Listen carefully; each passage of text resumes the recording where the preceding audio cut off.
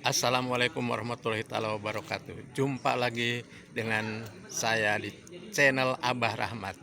Malam ini berkumpul kembali dengan warga di RT 3 RW 15 dalam rangka kumpul-kumpul untuk membicarakan beberapa hal yang perlu dibahas untuk kemaslahatan di lingkungan RT 3. Bersamaan dengan Hari Raya Idul Adha, di mana Idul Adha kali ini betul-betul mendapat ujian kesabaran yang luar biasa. Yang pertama masih dalam masa pandemi sehingga tidak bisa jumpa dengan keluarga, hanya dari kejauhan. Tadi juga lewat Zoom saja, berlebaran dengan anak cucu, menantu dan sebagainya. Kemudian yang kedua kebetulan mati air. PDAM mendapat kecelakaan, katanya salah satu pipanya itu pipa inputnya untuk bahan bakunya itu kena alat berat di proyek double track Bogor Sukabumi. Oleh karena itu malam ini akan dicari solusinya seperti apa ke depannya, sehingga apabila terjadi lagi kebocoran pipa dan sebagainya, mati air, warga tidak terlantar untuk tetap ada persediaan air. Mari ikutin terus rapat di lingkungan kami. Gunakan toren yang besar. Nah, cuma nanti mekanisme penyalurannya kepada warga ini mungkin perlu, atau mungkin juga ada solusi-solusi lain nanti yang bisa mengerucut malam hari ini. Namun sebelumnya mungkin Pak RW ada yang lebih urgent lagi mungkin yang disampaikan, silakan. Assalamualaikum warahmatullahi wabarakatuh. Waalaikumsalam. Gak ada ibunya ya, bapak-bapak sekalian, segenap warga RT 3 yang dimuliakan, yang kami sayangi. Berbahagia pada malam hari ini kita bisa jumpa walaupun dengan kondisi setelah habis hujan, tapi karena semangat kebersamaan ini juga tinggi, ya apapun tetap kita datang.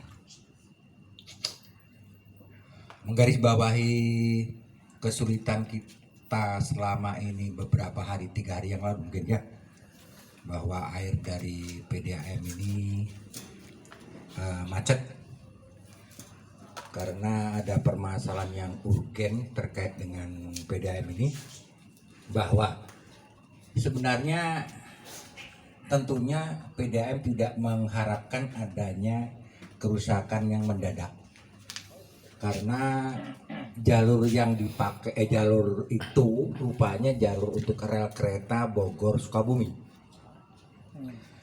Ada alat berat yang menghantam pipa utama sehingga menjadikan bocor total. Berapa ribu kakak yang menjadi korban kaitan dengan 74.000. Oh, itu. Jadi 74.000 kakak terkait dengan air dari PDAM ini. Bapak sekalian, pada malam hari ini saya coba ingin berbagi terkait dengan air. Dan kembali masalah PDAM tadi, sebenarnya kan force majeure itu tidak tiap hari, tidak tiap minggu, tidak tiap bulan ada kerusakan. Entah kalau ada kerusakan, tentunya PDAM akan mensuplai airnya ke warga yang terdampak. Sehingga tadi saya tanyakan kepada supir PDAM bahwa bantuan truk yang diperoleh untuk menyuplai air untuk warga Kota Bogor dari PDAM Sukabumi, dari PDAM Cianjur, dari damkarnya Kabupaten Bogor, dan juga PDAM-nya Kota Bogor, Kabupaten Bogor. Sehingga ada tuh berapa puluh itu truk yang dipakai untuk menyuplai air. Saya katakan force majeure karena kondisinya serba mendadak. Tidak dirancang lebih dulu ada kerusakan ini. Biasanya kalau ada kerusakan kan memberitahukan kepada warga, oh wilayah ini terdampak sehingga tidak dapat air. Itu pun waktunya paling cuma 3-4 jam atau setengah hari kerusakan ini. Nah, ini sampai hari ketiga mungkin ya, atau hari keempat. Saya lupa, ketiga ya. Nah, sekarang sudah mulai mengalir. Nah, saya ingin berbagi terkait dengan ketersediaan air. Saya sendiri punya sumur, Bapak sekalian. Sumur saya ini dalamnya 36 meter. 9 genjer pipa. Luar biasa. Jadi tahun 2011 saya buat sumur ini karena waktu itu saya punya sumur yang sumur gali 8 meter, 7 meter awalnya, kok lama-lama jadi tekor, saya turunin lagi 1 meter, 8 meter, lama-lama tekor juga. Sehingga 2011 saya putuskan untuk membuat sumur bor. Nah, waktu itu biayanya sih 250.000 per meter. Kalau sekarang jadi 300.000 masih masuk akal juga mungkin ya, 300.000. Itu baru ongkos ngebornya, belum pipa-pipanya, belum mesinnya. Nah, saya mengamati mulai dari tahun 2011 sejak dibuatnya sumur bor ini pada rumah saya mengamati airnya itu bagus. Nah, tapi satu saat kadang bau tanah atau besi. Mestinya sumur saya ini harus dianalisa airnya melalui PDAM di laboratoriumnya, tapi saya nggak sempat ke sana. Sehingga berapa sih kandungan besinya, berapa sih kandungan mineral dan seterusnya lah, yang saya juga awam masalah itu. Sehingga baunya itu kadang bau tanah, kadang bau besi, dan jernihnya jernih. Tapi kalau sudah 5 harian itu kadang muncul gitu ya, coklat gitu. Nah, saya melihatnya begini. Kalau sumur bor ini kedalamannya hanya sekitar 15 meter, 20 meter, itu percuma. Airnya pasti kuning dan bau. Di sebelah saya ada Pak Gatot buat sumur juga sih, dia 34 meter. Kemudian di tempat dulu itu Pak Johnson ya, yang sekarang dipakai sama Mas Amran. Pak Johnson itu buat sumur 15 meter, cuman dia dekat dengan septic tank. Kita tahu bahwa septic tank di perumahan Berumnas ini kan di depan semua. Sementara saya buat sumur itu septic tank saya taruh ke belakang. Belum rumah jadi, septic tank sudah saya buat di belakang, tidak di depan lagi. Nah, sumur ada di depan. Paling tidak minimalnya sih 10 meter untuk jarak antara septic tank dan sumur. Kembali masalah jika punya ide atau gagasan membuat sumur di sini, saya mau tanya dulu kepada bapak-bapak sekalian. Kita tanya bersama lah, kita ini diskusi lah. Untuk siapa sumur ini, untuk apa namanya jika dibuat? Kemudian distribusinya itu bagaimana? Ini pertanyaan juga, maaf saja nih kalau saya tanya ya. Contoh misalnya, taruh kata buat sumur di sini. Hasil bumi Dari misalnya Pak Apin atau Pak Yopi misalnya, kita ini bersama tua ngambil air 1 galon dari sana ke sini capek loh. Sehingga harus bagaimana kita membawanya, kan begitu. Sehingga saya melihatnya kalau kata misalnya dibuat sumur, rasanya kok tidak efektif dan efisien, terutama dalam pendistribusiannya. Lagi pula air itu tidak sekencang PDAM. Kalau PDAM seperti truk itu tadi dia punya pendorong kencang tuh, kan? Untuk 1 galon itu cepat lah, paling 2 menit 3 menit. Nah sekarang kalau buat sumur di sini 10 meter ke dalam lebih dengan nama pompanya itu bukan pompa jet lagi. Taruh. Kontak informasikan dulu. Namanya Bu Melisa itu. Wisma 10. Wisma Pernah air itu pam itu sampai ke atas dan luber. Jadi distribusi di dalam rumah saya itu ternyata dia begitu nggak operasi, ini ada tekanan air yang masuknya bukan lewat ke inlet tapi masuknya dari outletnya si toren. Jadi toren itu penuh sendiri, Pak. Ya udah, dari situ saya udah matikan dan itu memang tidak terjadi. Nah, waktu itu pernah kejadian juga 2 hari ya, 1 hari setengah pernah mati. Wah, udah mulai kepikiran sama Pak Uda, gimana kalau pakai pompa di sini gitu.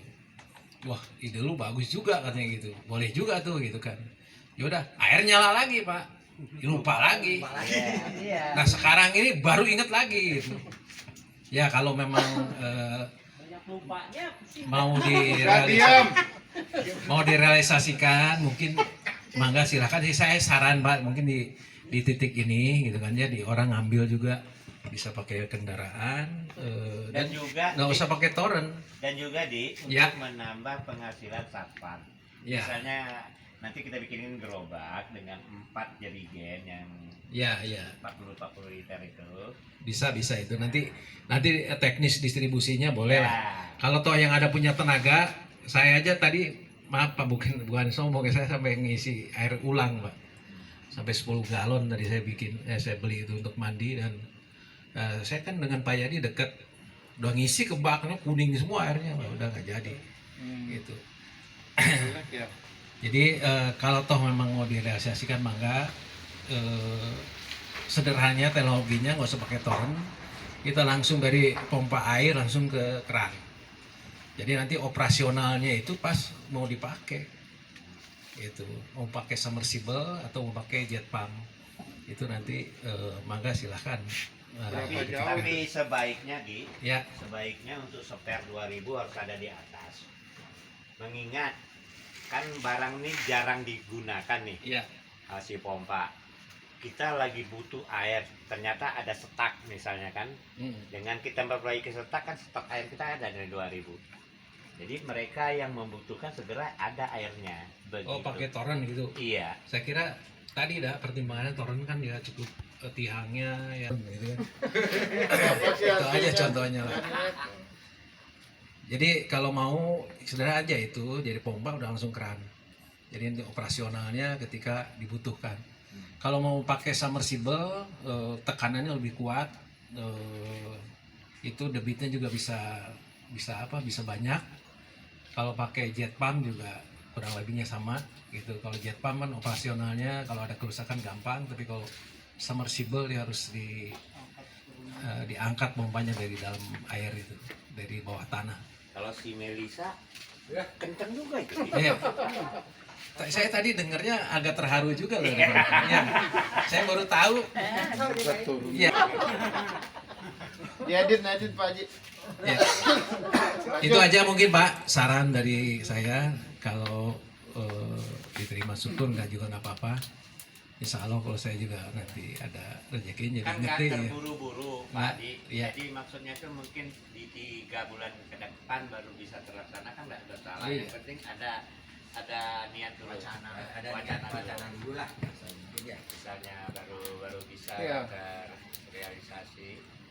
Terus terang saja kita minta tetangga juga kan nggak enak juga kalau Iya. tiap saat minta gitu kan, Betul. walaupun ada tetangga yang ngasih, tapi kan dia pakai listrik juga. Iya, benar. Nah ini benar. dia nih padam dari tadi, padam. Pak, lanjut. Langsung. Bapak naik. Silakan bapak-bapak yang lain ada usulan. Pak Yopi. Nah, mana yang belum? Sarannya belum. Saya ikut. Ya Pak Adam. Maaf ya. Silakan bapak-bapak yang lain. Pak Sekjen. Kalau misalkan dibutuhkan kita pakai, kalau enggak ya sudah. Kan nggak akan rusak kan itu, air tetap keluar kan. Meskipun nggak Yang pakai. namanya air pasti. Ya, nggak pakai jet, nggak pakai penyedot misalkan, air tetap keluar. Saya setuju wacana ini, Cuman kita fikan lagi nanti pas beberapa bulan ke depan. Mungkin itu Pak RT, terima kasih. Itu sudah disalurkan ke warga itu melalui penampungan, disalurkan melalui pipa-pipa paralon, padahal di desa dengan tekstur tanahnya yang naik turun, tapi mereka sanggup melakukan itu semua. Jadi kalaupun itu tidak dilakukan seperti yang dicontohkan saya di kampung saya di Jawa Timur, saya kira untuk sederhananya, karena ini kan sifatnya insidental. Jadi prinsip pertama kita buat aja dulu boleh, nanti pendistribusian kita serahkan ke masing-masing warga. Kalau ada yang sanggup membayar kepada tadi katakanlah keamanan yang mendistribusikan atau mengambil sendiri, silakan. Yang penting kita sudah. Di Bandung itu tiap rumah punya penampungan air. Karena PDAM di Bandung itu 2 hari sekali baru keluar. Dan tiap rumah. Tunggu dulu. Di Bandung, di pos berapa? Itu ibu saya itu, ibu saya.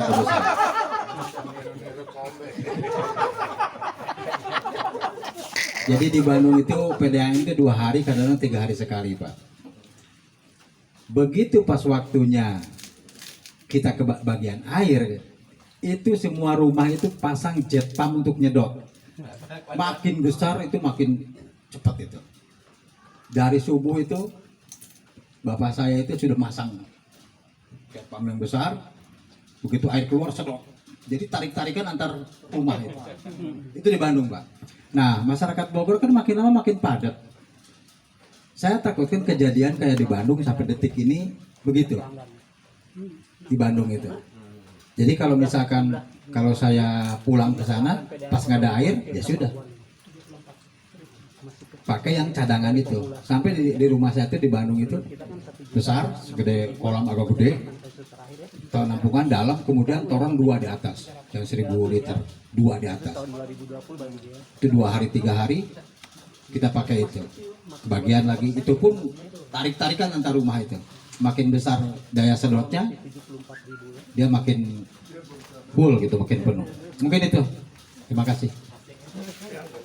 Ide ini kan dari pengalaman kita kalau tangki itu datangnya satu-satu yang hanya kapasitasnya kecil. Nah, sementara kebutuhan warga kan nggak mungkin lah kalau hanya mengandalkan satu tangki itu, nanti dia balik lagi entar ke sininya kapan lagi. Itu pun saya nggak berani baca WA itu karena Menteri Pertahanan RT 3 nggak kebagian air, itu kan cemar itu dunia persilatan. Sementara di Sandra di sini kan ke bawah sana harus pakai paspor udah itu. Ini nggak kebagian. Nah, jadi paling tidak ya kalau dalam kondisi emergensi gitu orang tuh masih mikir oh ada sumber air loh di sini gitu kan.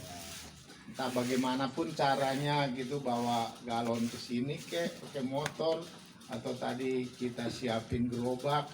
Nah, pertanyaan saya, kalau misalnya kita nyalurin melalui pipa itu seberapa kuat itu semprotan?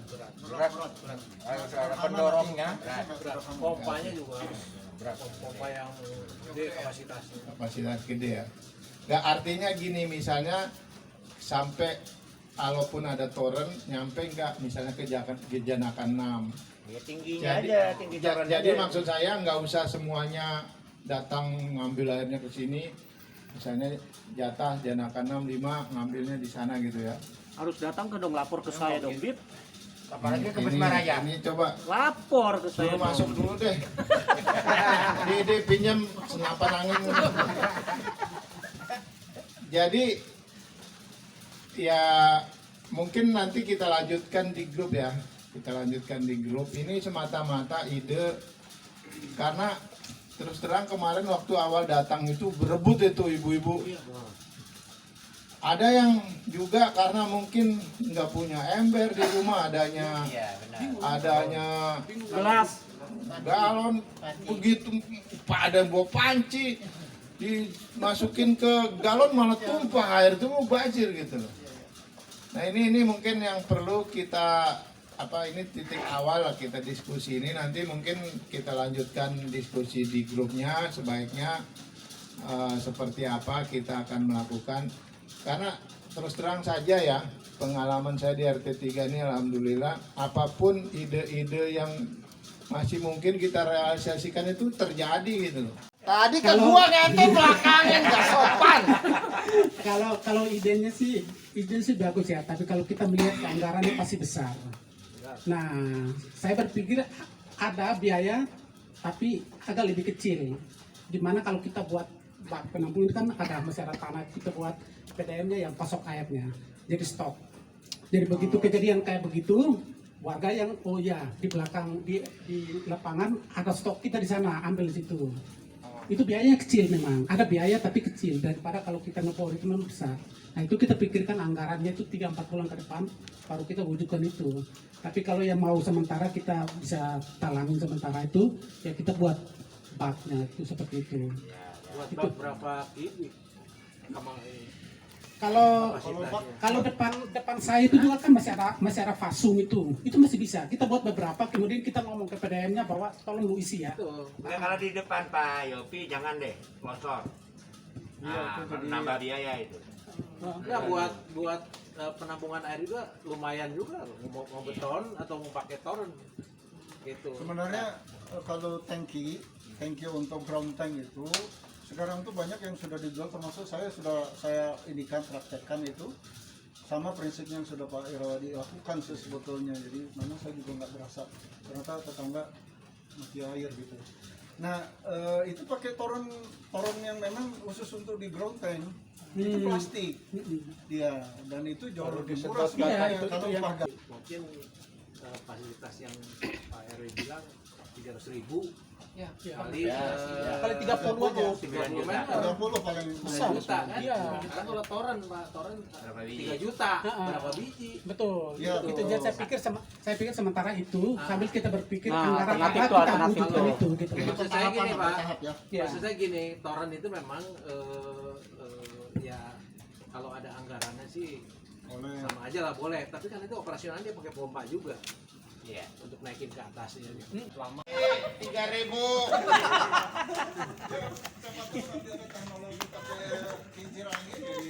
Udah selesai. Poin kedua, ini kita ada kondisi yang perlu didiskusikan juga terkait kesehatannya satpam kita satu orang, si Jabrik. Ini harus diketahui juga oleh warga bahwa kemarin kita kasih kesempatan 1 bulan untuk istirahat karena dia kena stroke ringan. Kalau kita putuskan secara langsung juga dari sisi kemanusiaannya kok nggak manusiawi ya. Giliran dia sehat kita manfaatkan dan dia paling rajin tuh. Kita perlu juga mempertimbangkan dari penghasilan yang kita dapatkan. Yang selama ini kan pendekatan kita selalu ketika kemarin dari kita sudah ada RW sudah memfasilitasi kita menjadi bagian yang memiliki bank sampah.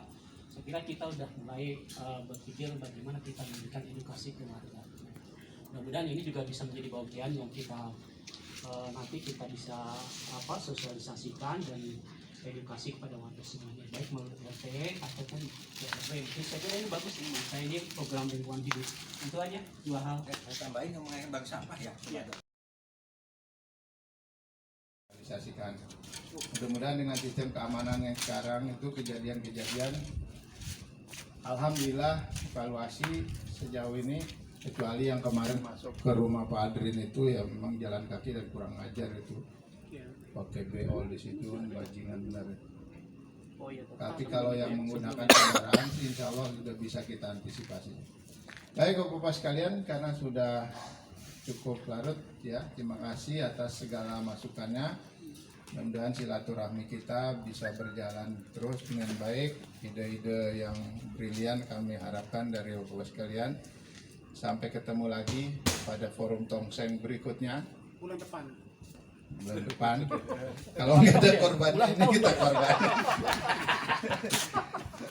Mohon maaf apabila kurang benar. Assalamualaikum warahmatullahi wabarakatuh.